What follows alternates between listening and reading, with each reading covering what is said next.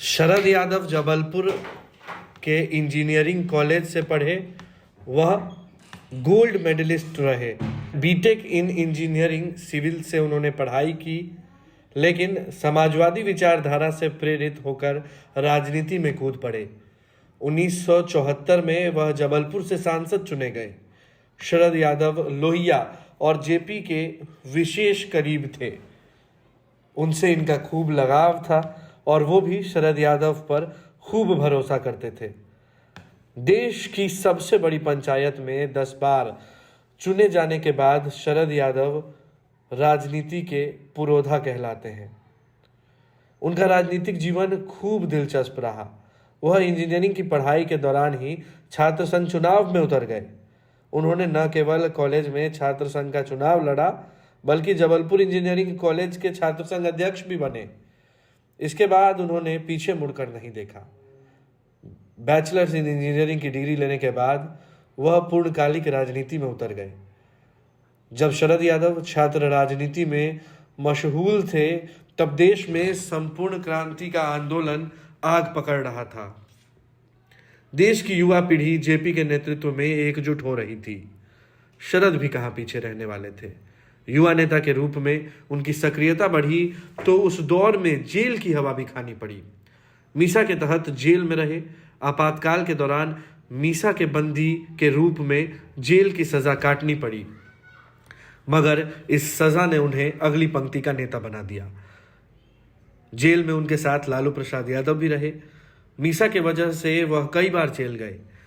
JP के चुने गए वह उन पहले युवा नेताओं में से थे जिन पर जेपी खूब विश्वास करते थे। शरद यादव पहली बार 1974 में जबलपुर से सांसद चुने गए।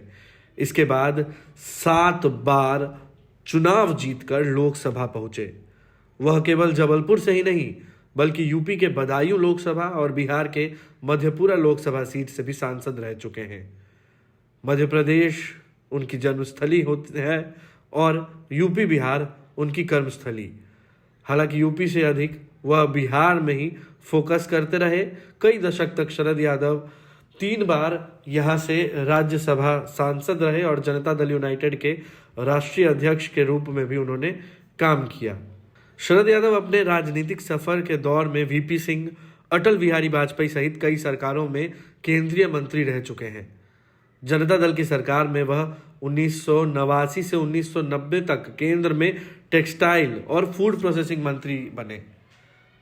उनको 2012 में सर्वश्रेष्ठ सांसद का भी खिताब मिला। जनता पार्टी से शुरू हुआ शरद यादव का सफर जनता दल से होते हुए जनता दल के विभिन्न घटकों में, यानी कि जनता दल यूनाइटेड में आगे कंटिन्यू हुआ। शरद यादव के पास सबसे अधिक राजनीतिक दलों के अध्यक्ष होने का भी रिकॉर्ड है। वह 1995 में जनता दल के कार्यकारी अध्यक्ष बने थे। 1997 में जनता दल के राष्ट्रीय अध्यक्ष चुने गए, लेकिन 1998 में जॉर्ज फर्नांडिस के सहयोग से जनता दल यूनाइटेड पार्टी बनाई गई।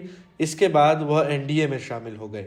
एनडीए के संयोजक के रूप में भी वह काफ़ी दिनों तक काम कर चुके हैं। शरद यादव ने जदयू से नाता तोड़ दिया। इसके बाद 2018 में लोकतांत्रिक जनता दल बनाया, लेकिन 2020 में उन्होंने अपनी पार्टी का विलय राष्ट्रीय जनता दल में कर लिया। उस सफ़र से लेकर आज तक की कहानी आपको हमारे चैनल पर हमने दिखाई। तो अगर अभी तक आपने हमारे पेज को फॉलो नहीं किया है, ज़रूर फॉलो कर लें। आप सबका बहुत बहुत शुक्रिया।